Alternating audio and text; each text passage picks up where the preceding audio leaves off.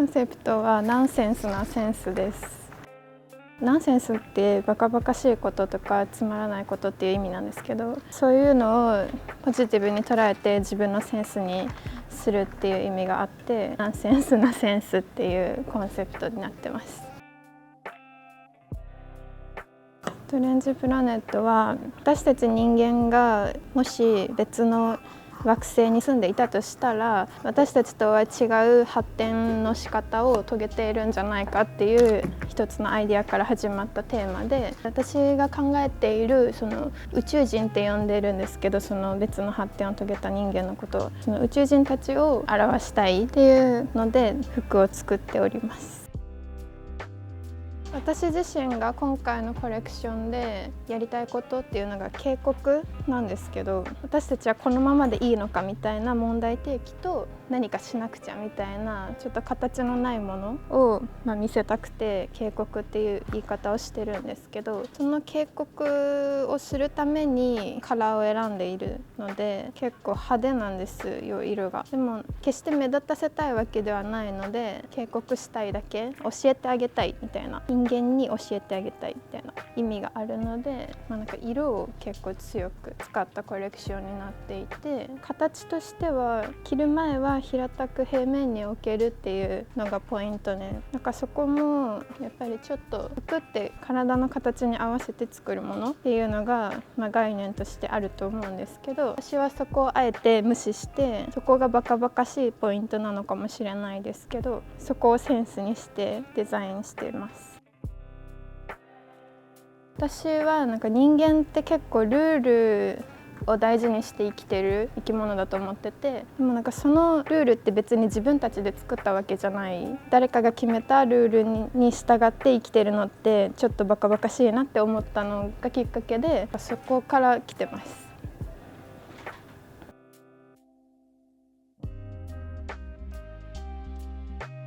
3月7日の卒コレは1人4体自分でデザインから縫製までしなくちゃいけなくて結構大変です。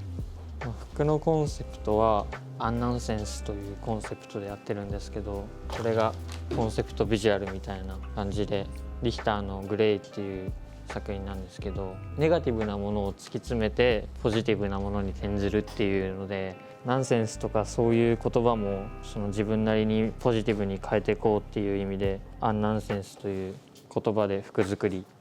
しています。こういうのはこれデザインが描いたり、いろいろリサーチしたりして、What, Why, How って言って結構なんでこういうのが好きかとか、そういうのを集めてったりして、自分なりにリサーチとかしてキーワードを上げて、で、コンセプトとか今回の服のテーマとかをキーワードから取っていくっていう、もう1年生の頃からやってますね。Sモードは1年生と2年生の途中まではレディースの方をやるんですけど、レディースとメンズどっちもやってきて、服を見る視点っていうのがやっぱりなんか男の子ならではっていうか、ディティールに目が行くみたいなのがやっぱ男の子なんだなっていうふうには思いましたね。デザインするのもすごい好きですけど、やっぱり構成してってそれがどんどん形になっていくのはやっぱり面白いなっていうか、ものを作っていく時の楽しさだなとは思います。今日は浅草の鳩屋っていう喫茶店に行こうと思います。この辺はたまに来るかなって感じですね。ここです。鳩屋さんです。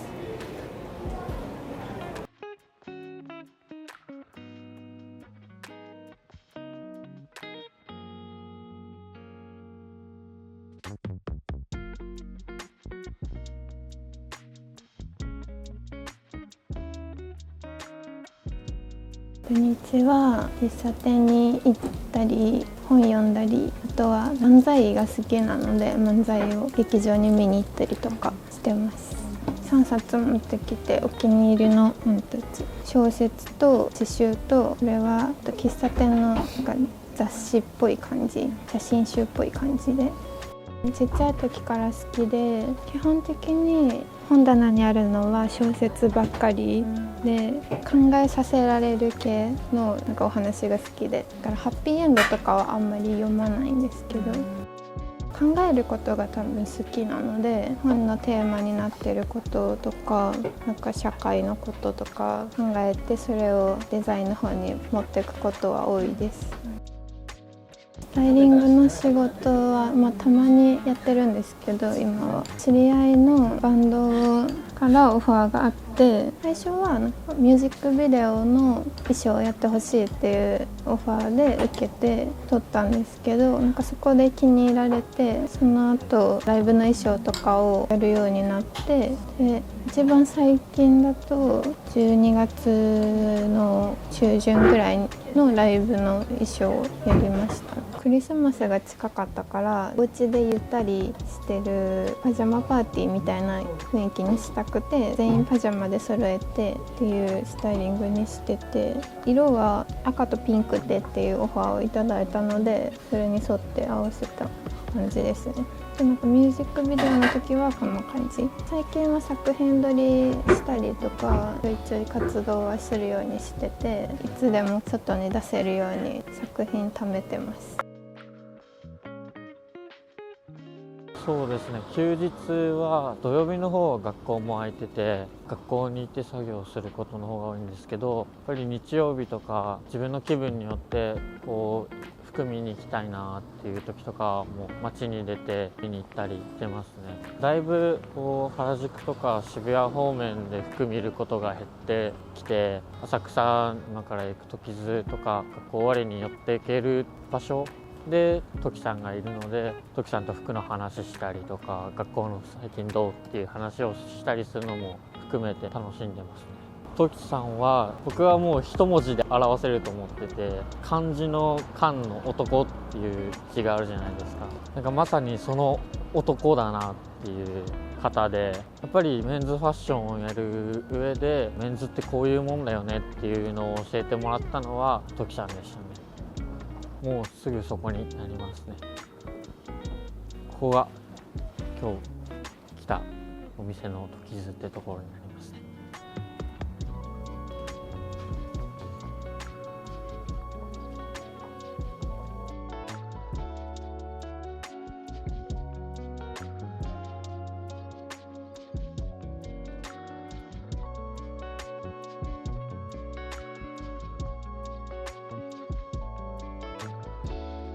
俗に言うセレクトショップっていうあり方っていうのは、有名ブランドを揃えていたり、そういった構成のお店が多い中、自分は学校の仕事等で教えてきた学生のブランドだったりとか、今までまだ世に出ていないレーベルといったものの、プラットフォームを作りたいっていうのが、ここの一つのコンセプトになってます。一番最初に出会ったのは、酔った時卸しているセレクトショップで出会ったのが一番最初で、自分のブランドの受注会をやらせていただいてて、でそこで彼がオーダーしに来てくれた。大学行きながらファッションの専門学校行きたいとか、そういう話とかをそこで聞いて、でそれでたまたま僕は S モードの講師をしていたので、そこからかな。なので最初の印象はやっぱり若くて、もうファッションが好きなんだなっていう印象でした。S モードはやっぱり一人一人をやっぱりついて見る教育の仕方なんで、彼は大学を辞めて入ってるわけだから、タイトな時間でどれだけ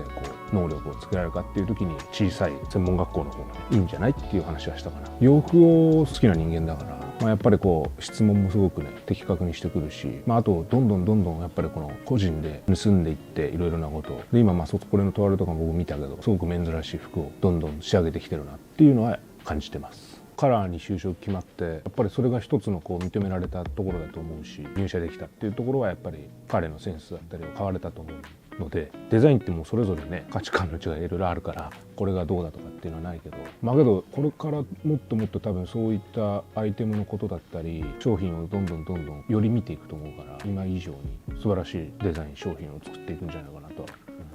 あとはやっぱ彼そういうカッティングのこととか、メンズらしいディティールのこととかもすごい調べるし好きだし、期待してます。そういうところでなので今後ね、彼の作ったコレクションとか時津で将来的に扱えたらなっていうのは勝手に感じてたりとかしてます。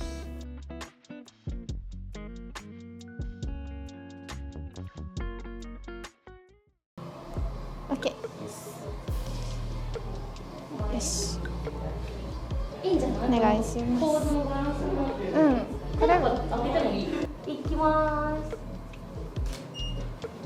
す。いいな。ディレクションから考えて作品を撮るっていう機会がここまで大きい規模のものが初めてだったので、モデルさんの管理だとかヘアメイクさんカメラマンさんのケアをしながら自分のやりたい作品を撮っていくっていう同時に進行していくっていうのが結構自分的には難しかったなって思う点で、完成した写真は結構いいものが撮れたんじゃないかなと思っています。コウト君めっちゃいい感じ、その角度。じゃあこれで撮ってきます。表情お願いします。結構洋服がメインっていうのもあるし、サゲちゃんのその世界観っていうのは絶対崩したくなかったので、ナチュラルって言った時に主張しすぎない感じで馴染む感じのヘアメイクはすごい頑張ろうとは思ってて、でもそのルック見せてもらった時にやっぱり特徴あるやつだったので、あんまり邪魔しないそういうので合ってたんだろうなっては思います。笑ってもよかったり、洋服の感じが楽しい感じで自由にできて楽しい感じでした。今日はもともと僕の幼なじみと仲が良くて洋服の学校に入ったっていうのは聞いてて、で僕も洋服の学校一応出てて、いろいろ共通点とかも多かったんで、ちょうど最近モデルも始めたからやってみないかって感じでやりました。サゲちゃんと撮影するのがこれで3回目なんですけど、毎回新しい衣装を見せてくれて、なんか私自身もこう新しい世界を見せてもらってるような楽しい撮影になりました。カラーリングがサゲちゃんの強みなのかなと思ってて、いいですよね、個性があって。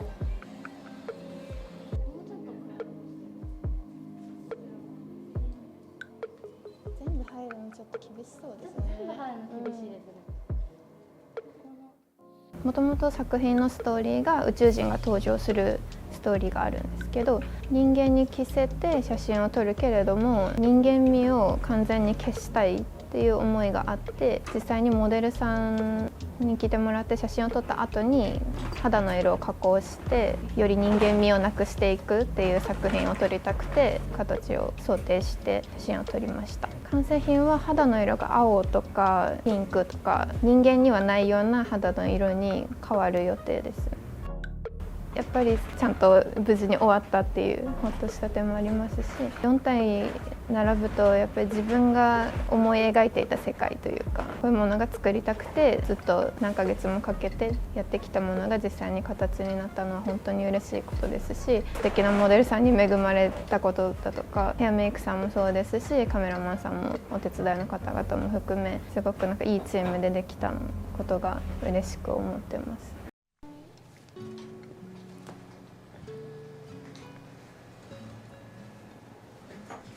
4人で撮っていくので、なんかこんな感じで撮ってきたくて。わかりました。身長高い人がする方がいい。ああ、了解です。で、やや左がちょっとこっぺでして、これも本当に水平いろいろバタバタだったんですけど、始まってからはカメラマンさんとかもアイデア結構出してくれてて、モデルさんの動きとかも割としっかり雰囲気作りがうまくいったんじゃないかなと思いますね。4体完成してみて、普段だったら避けるようなこの柄の組み合わせをやってみたりとかいろんなチャレンジしたんですけど、それがコンセプトのアンナンセンスとうまくはまって自分の色が出せたんじゃないかなって思いますね。作品作ってる間にも自分のコンセプトについて結構考えて、短くまとめて結構考えることがあって、すごい短い言葉にすると否定的なものを突き詰めて肯定的にしようっていう、そういった服作りを表しているなって思います。モデルさんの選びに関しては、モデルとしてやってる人じゃなくてミュージシャンの方だったり舞台の俳優とかやられてる方で、割と日常から切り取った部分をうまく出せるっていう方たちにお願いして、モデルさんの動きもすごい割と自然にあんまり固まらずにっていうか、それこそこういう日常あるよねみたいなイメージでモデルさんにも動いてもらいましたね。最初 LINE とかでこういう洋服を着ますっていうのが4枚あって、なんか僕はどれかなとか思ってたんですけど、全然想像と違ったのを着たので、自分以外の人に服を選んでもらうってことは面白いなと思います。前の企画が全部整えて写真館風な空間の中に逆に彼のデザインの服が結構遊び心がこもっているタイプで、そのギャップさがすごく面白いと感じた上で、僕も今日あんまり写真館撮る写真の経験がほとんどないんで、ちょっと古い印象のものと、あと若手のデザインの服のそのコントラストが、そういう新しいのなんか生まれるんじゃないかなと考えつつ撮っていくのが今日一番考えた上で撮っている過程です。割とメンズをこう作ってきて、ターゲットとかももう本当にメンズに絞る形でこうやってたんですけど、こういざ完成してレディースの方とかもすごいいいねって言ってくれたりしたので、メンズの目線のスタイリングとレディースからのこうスタイリング両方の目線であっても面白いなって感じて、今回おさげちゃんにお願いしました。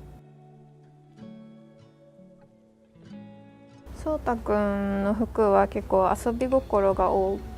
くて、男の子が遊んでるみたいな、なんかイメージがすごくあって、なので小道具とかを結構たくさん用意して、キックボードとか、なんかちょっと不思議なメガネを集めてみたりとか、アクセサリーとかバッグとか細々したアイテムを結構集めた感じですね、今回は。スタイリングの仕事をすることはたまにあるんですけど、メンズの服をスタイリングする機会があんまりなくって、すごい新鮮だったっていうのもあるし、やっぱり雰囲気が私がいつも参加する撮影とは違った雰囲気で、楽しくちょっとふざけた感じのなんかラフな撮影で面白かったです。ここまでやってきてミシン踏んだりとか、そういう目の前の作業にしかやっぱ目がいってなかったり、考えることも次の縫製のことだったりとか、その本当に今起きてることにしかこう目を向けてなかったので、こう割と自分を発信する場だとも思うので、